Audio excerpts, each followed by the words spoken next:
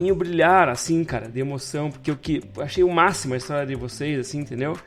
Jovens, novos, com aquela mente toda, né, aquele conhecimento todo. Eu falei, porra, tem um mercado legal aí, cara. Aí, claro, você sabe, né, fui trabalhar em veículo, por muito tempo trabalhei. Eu tinha que realizar esse sonho, esse objetivo. Cobrir Copa do Mundo, Olimpíada, era um objetivo que eu tinha na minha cabeça, eu consegui concretizar. Mas, cara, meus olhos brilham mesmo para assessoria de imprensa, cara. E é graças a você e a Lorena. Queria agradecer aqui nesse espaço, porque é muito importante.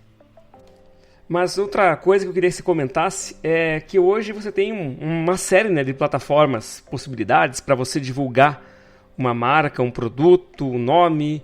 Isso mudou completamente. Antes a gente tinha só os jornais, impresso, TV, rádio, até o começo da era digital, mas agora você tem infinitas possibilidades. Eu queria que você explicasse como é que funciona esse trabalho de curadoria que você tem que fazer hoje em dia, porque são muitas plataformas, são muitas possibilidades. Com certeza, a gente precisa entender o público primeiro, né? Qual é o público-alvo do cliente, quem ele quer atingir, onde estão os clientes dele, os prospects, o que eles consomem de informação, onde, de que maneira. Eu acho que isso é importante, porque cada perfil de público hoje tem uma característica de consumo de conteúdo. Claro que as redes sociais, os influenciadores têm um papel preponderante e tem uma influência muito grande, um impacto e principalmente um alcance pela questão da audiência. Porém, os veículos de comunicação tradicionais também trazem aquela credibilidade. E aí eu falo muito em relevância, porque não adianta você só olhar a audiência. Por vezes você tem um canal de YouTube que tem 1 milhão de pessoas assistindo, né, ou seguindo aquele canal. E um vídeo tem lá 500 mil visualizações. Mas dessas 500 mil, quantas pessoas efetivamente têm potencial para se relacionar com aquela marca, para consumir aquela marca? Então não adianta só analisar o número, você tem que analisar o perfil daquela audiência. E quando você está falando de imprensa, você traz aí uma credibilidade que, acredito, pouquíssimos influenciadores ou outros tipos de canais novos têm. Claro que você consegue perceber hoje grandes profissionais, jornalistas que estão com outros canais de comunicação, seja, como eu já disse, no YouTube, ou um podcast, ou um perfil dentro de alguma rede social, ou está participando, por exemplo, de uma sala no Clubhouse, que é a nova sensação, né, do momento aí, e a gente já conseguiu, em várias ocasiões, colocar clientes em debates no Clubhouse relevantes com pessoas influentes, com jornalistas, com colunistas, com economistas, para falar de um determinado tema, e tinha lá uma audiência bastante expressiva. Então a gente tem que estar sempre atento a esse tipo de novidade, mas sempre avaliando qual é o perfil do público que o cliente quer atingir, aonde esse público está, aonde ele consome informação. É isso que vai ser o direcionador do nosso trabalho. Então, Cláudio, aqui no Conversas com o Binder não é apenas profissional que a gente conversa, né? A gente gosta de falar sobre a pessoa para contar histórias dela, para as pessoas conhecerem mais. E você tem uma história muito ligada ao futebol, né? Você é filho de jogador de futebol, Cláudio Marques, jogador do Coritiba. Você também quase, né, seguiu essa carreira também dentro de campo. Também teve uma experiência anterior como repórter da CNT, que na época tinha o Mesa Redonda, que era forte aí, que era... Batia de frente até com o Fantástico domingo à noite. Tava conversando com o Dorival Crispim num podcast que eu fiz. Quem quiser ouvir, é só descer aqui os podcasts anteriores aqui do Conversa com o Binder. Eu conversei com o Dorival Crispim, que hoje é atualmente repórter da Rádio Transamérica de Curitiba, e ele era o repórter da CNT. Contando que, chegava domingo à noite e o Mesa Redonda batia de frente com o Fantástico, ganhava do Fantástico no domingo à noite, na década de 90. Então, era surreal, né? Com um programa com sérias restrições orçamentárias, né? Mas eu queria que você contasse um pouco da sua experiência dentro da TV com o futebol também. Olha, Binder, foi uma experiência fantástica, foi Foi praticamente minha primeira experiência profissional. Antes de ir lá para a CNT, eu tinha feito alguns freelas, assim, como cabo man de rádio, em transmissões esportivas. Tinha participado de algumas transmissões menores, né? Quando tinha um jogo não muito importante, ia ter pouca audiência, eu ia lá e falava alguma coisa, porque eu sempre vivi no meio do futebol desde que eu nasci. Quando eu nasci, meu pai jogava no Corinthians, aí logo depois voltou pro Curitiba, onde ele já tinha sido penta ou hexa, sei lá, tinha sido campeão paranaense várias vezes. Então, eu vivi praticamente minha vida inteira no futebol, tentei ser jogador até meus 20, 21 anos, vi que não era minha praia, não jogava tão bem assim, apesar de ter ficado quase 8 anos nas categorias de base do Curitiba, fui bicampeão de aspirantes, enfim, tive o prazer de jogar com grandes craques do futebol, como o Alex, por exemplo, e contra Ricardinho, Tcheco, Perdigão, enfim, grandes amigos que eu fiz no futebol e que tenho até hoje. E aí, por esse motivo, quando eu entrei na faculdade de jornalismo, já até um pouco mais velho do que deveria, fui fazer um estágio lá na CNT, no Mesa Redonda, e depois de 2 anos no Mesa, eu tive a oportunidade de fazer um estágio na Rádio Escuta da CNT no jornalismo, né? Não só, eu fiquei no esporte, e aí fui para o jornalismo com o Ricardo Couto, que é um dos grandes jornalistas desse país, comandando a equipe com a Leila Richards, que infelizmente esse ano acabou falecendo depois de um tratamento de câncer. Uma pena, porque ela realmente foi uma profissional exemplar e que deixou um legado muito grande. E além deles, inúmeros outros profissionais que alguns até hoje eu tenho contato e muita admiração, porque foi uma grande escola, onde mesmo como estagiário eu tive a chance de aprender muito, de trabalhar e ver o início do próprio Ratinho, que hoje é uma grande estrela aí da TV nacional, e que na época era repórter do Alborguete, depois ele acabou tendo aí uma projeção com outros programas dentro da CNT mesmo, antes de ir pro SBT. Então ali eu tive contato com muitas pessoas, com muitos profissionais, a área de produção e criação, a gente tinha uma área até de criação, de produção de novelas. Então realmente foram os anos áureos ali da CNT, como você falou, do Grupo OM, e eu aprendi demais ali, muito. Acho que foi ali que eu aprendi a base do jornalismo, que eu carrego comigo até hoje.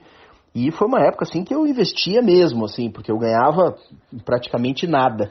Às vezes tirava dinheiro do bolso para poder trabalhar, e foi um dos melhores investimentos que eu fiz na vida, porque foi lá que eu consegui colocar em prática algumas das coisas que eu aprendi na faculdade e que eu consegui pela primeira vez segurar um microfone de televisão e entrevistar o governador Jaime Lerner no lançamento da pedra fundamental da fábrica da Renault, porque naquele dia, repórter que iria cobrir essa pauta teve um problema de saúde, não tinha ninguém para ir, me mandaram, e eu fui lá, fiz a entrevista, e aí eu já produzi alguns VTs para o Mesa Redonda, e aí acabei ficando um tempo também trabalhando como repórter, até que a Lorena decidiu, na época minha noiva, decidiu abrir uma assessoria e seguir para o caminho da comunicação empresarial, e depois de 2 anos eu percebi que era um potencial de negócio, um potencial de a gente aplicar o nosso conhecimento e empreender.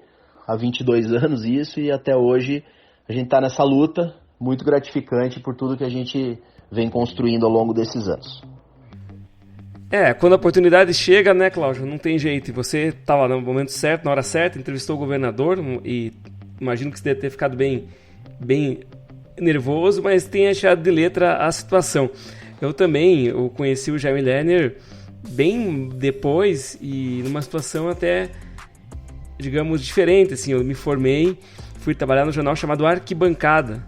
Não sei se você lembra do Arquibancada. O Arquibancada era um jornal que era distribuído nos estádios, e tinha arquibancada de vários times, né?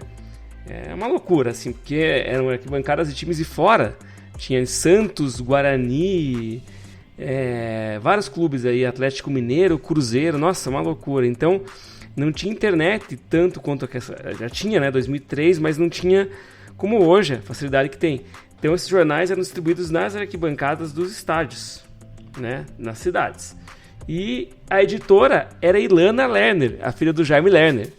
Cara, um dia o Jaime Lerner foi lá, ele não era mais governador, tinha recém deixado o governo, foi lá, cara, não conhecia o cara, assim, foi emocionante, assim, sabe, o papo com ele, a conversa, e foi muito legal. E até o que você falou sobre a CNT, né, que tinha uma produção muito grande na época, década de 90, realmente, e eu me lembro muito do seriado, o Pista Dupla, né, que tinha os irmãos gêmeos, o Willy e o Werner Schumann, né, eles eram...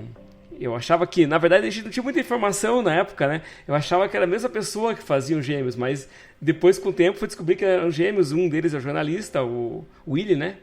É jornalista. E o Werner mora na Alemanha atualmente. Então, assim, e era a direção da Tiro Ricó, que veio da Globo, né? Então, realmente, assim, marcou muito. Assim, tudo se passava em Curitiba, a série. Marcou muito realmente essa fase da CNT, e quem teve a chance de trabalhar nesse tempo lá, com certeza aprendeu muitas coisas, né? Mas vamos seguir no esporte, que tá legal aí. Me conta, a tua relação com o automobilismo. Você, me lembro, eu era repórter da Gazeta, você assessorava ao Alceu Feldman, e você sempre tinha um número, um dado, alguma coisa diferente para conseguir emplacar o Alceu Feldman nas pautas. Isso é muito legal, cara. Você vinha com o dado pronto, com a ideia pronta, cara, e eu achava fantástico. Me conta um pouco tua experiência com a estoque, com o automobilismo, com as coberturas esportivas. Olha, Binder, o automobilismo é uma paixão, continuo acompanhando, não tanto quanto naquela época. Creio que há quase 10 anos eu não estou mais no dia a dia dos autódromos, mas foi um grande aprendizado, foi muito bacana viver temporadas. Eu acabei fazendo a cobertura aí de quase 10 temporadas de Stock Car sem perder uma corrida. Então, acompanhando inclusive provas fora do Brasil e de outras categorias também. Tive a oportunidade de conhecer vários lugares do mundo, vendo corridas de GT3, porque o Alceu Feldman, como você citou, além da Stock Car, corria na GT3 e tinha que ver os testes de equiparação dos carros. Então eu tive a oportunidade de conhecer muita coisa por meio do automobilismo. Então eu sou muito grato por todo também esse aprendizado que eu tive. Mas era muito puxado, porque eu tinha que viajar para as corridas na quinta-feira, fim de tarde, passava sexta, sábado e domingo no autódromo, acordando muito cedo e indo dormir muito tarde. Chegava em Curitiba domingo à noite, às vezes até dependendo da distância da corrida na segunda-feira de manhã, e aí tinha que tocar segunda-feira os clientes tradicionais, né, os clientes que funcionam de segunda a sexta normalmente. Então foi bastante desgastante, até mesmo ficar longe da família, dos filhos, durante vários fins de semana, porque quando você está no automobilismo, você acaba trabalhando não só para um piloto, acaba trabalhando para outros também. Tive a oportunidade nesse tempo de trabalhar com inúmeros pilotos, como você falou do Alceu, o Ricardo Zonta, o Popó Bueno, irmão do Cacá Bueno, tantos pilotos pelos quais, assim, com os quais eu aprendi muito, André Bragantini, enfim, pilotos que disputavam diversas categorias. Trabalhei também na Fórmula Truck, assessorando pilotos paranaenses, pilotos de São Paulo, e isso fazia com que a gente tivesse que viajar quase todo fim de semana. Eu tinha que estar num autódromo diferente, por categorias diferentes, e isso foi realmente bastante desgastante. E a saída foi por esse motivo e outros esportes. A gente até ano passado, temporada passada, assessorou a equipe do Curitiba Vôlei, mas eu acho que o Brasil precisa evoluir muito do ponto de vista da profissionalização do esporte, da valorização principalmente, né, com patrocínios, as próprias emissoras dar um pouco mais de espaço para mostrar esses patrocinadores. Se a gente pegar uma matéria recente agora do Zé Roberto Guimarães, um cara campeão olímpico, que está tirando dinheiro do bolso para manter a equipe de vôlei do Barueri, feminina, de vôlei do Barueri, rodando, né? Então, assim, porque não tem patrocínio e ele tem que bancar salário, tem que bancar. Então, eu acho que isso faz com que também a gente não tenha se envolvido tanto com o esporte, porque apesar de ter uma grande necessidade de divulgação, e a gente volta e meia está